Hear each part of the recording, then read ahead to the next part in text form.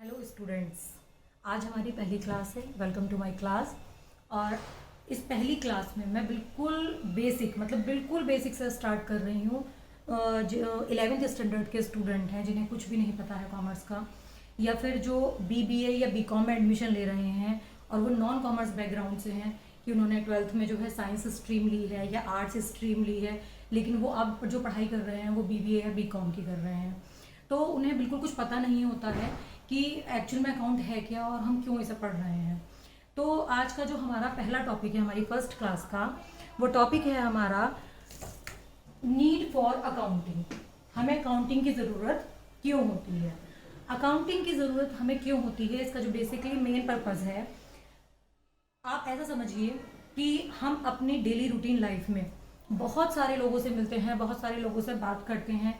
हमें सबकी बातें याद नहीं रह सकती। एक साथ हम एक समय में हम कुछ बातें याद रख सकते हैं, धीरे धीरे धीरे धीरे हम थोड़ा थोड़ा करके पीछे की बातें पुरानी भूलते जाते हैं। ऐसे ही एक बिजनेसमैन है, एक प्रोफेशनल है कि उसकी लाइफ में या उसकी लाइफ में वो जब अपना जो बिजनेस ऑपरेट कर रहा है, उस बिजनेस में उसे डेली पता नहीं कितने ट्रांजेक्शन करने होते हैं उसके बिजनेस में। किसी से वो खरीद रहा है, किसी को वो बेच रहा है, किसी से वो उधार ले रहा है, किसी को दे रहा है, तो और किसी एक्सपेंस को पे कर रहा है। तो वो सारी चीज़ों को एक साथ याद नहीं रख सकता। और याद रखने के लिए भी एक शॉर्ट टर्म ह्यूमन नेचर होता है हमारी, कि हमारी इतनी मेमोरी नहीं होती कि हम, हो सकता है हम आज के ट्रांजेक्शन्स कल याद रख सकें, कल के ट्रांजेक्शन परसों तक याद रख सकें, 2 दिन 4 दिन 6 दिन तक हम चीज़ें शायद याद रख सकते हैं, लेकिन ऐसा नहीं है कि हम सारे ट्रांजेक्शन बहुत लंबे समय तक याद रख सकें। इसीलिए अकाउंटिंग की ज़रूरत महसूस हुई कि जो भी ट्रांजेक्शन आप लोग कर रहे हैं, जो भी ट्रांजैक्शन कोई बिजनेसमैन कर रहा है, उन्हें वो रिकॉर्ड करके रखे ताकि जब ज़रूरत पड़े तो वो उनको यूज़ कर सके। तो इसके जो मेन बेसिक पर्पस हैं वो आप देखिए। फर्स्ट है डेली ट्रांजैक्शंस रिकॉर्डिंग।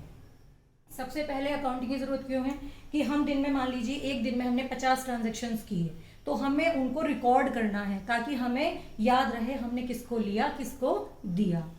दूसरी बात, लिमिटेड टाइम मेमोरी। हमारी ह्यूमन नेचर है कि इंसान की मेमोरी अनलिमिटेड टाइम तक तो है नहीं कि आज आपने कोई ट्रांजेक्शन किया है आपको वो 1 महीने बाद याद रहेगा, 2 महीने बाद याद रहेगा। 2-4 चीज़ें हमें याद रह सकती हैं, लेकिन जब हम एक बिजनेस में हैं तो हमें बहुत सारी चीज़ें याद नहीं रह सकती। तो लिमिटेड टाइम मेमोरी की वजह से हम रिकॉर्ड करते हैं। और to know financial position at the end of the financial year. जब हमारा फाइनेंशियल ईयर क्लोज होता है तब हर बिजनेसमैन, हर प्रोफेशनल ये जानना चाहता है कि एक्चुअल में उसके बिजनेस की फाइनेंशियल पोजीशन कैसी है, उसको प्रॉफिट हुआ है या लॉस हुआ है। तो ये चीज उसे कब पता चलेगी, जब उसके पास टोटल रिकॉर्ड मेंटेन होंगे और उन रिकॉर्ड को उठाकर वो अपने बिजनेस की पूरी नॉलेज ले सकता है कि हाँ, मेरे बिजनेस में अब इतनी देनदारियां हैं, इतना मुझे लेना है, इतना मैंने खरीदा है, इतना मैंने बेचा है। देखिए होता क्या है, जैसे एक बिजनेसमैन है, बिजनेस,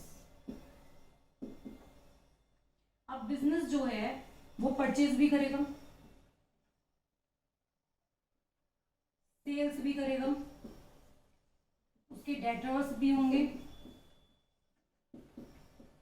उसके क्रेडिटर्स भी होंगे, वो एक्सपेंस भी करेगा और वो इनकम भी करेगा।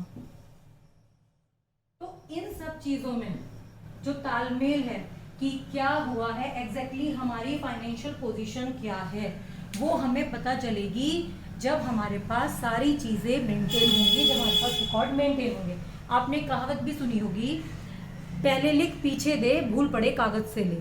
तो वो इसलिए हमारे पुराने बुजुर्गों ने, बड़े बूढ़ों ने गलत नहीं कहा है कि जब हमें ज़रूरत होती है तो हम अपने पुराने डॉक्यूमेंट जो हमारे पास रखे हुए होते हैं उन्हीं से ही पता करते हैं कि हमने कब क्या लेन देन किया था।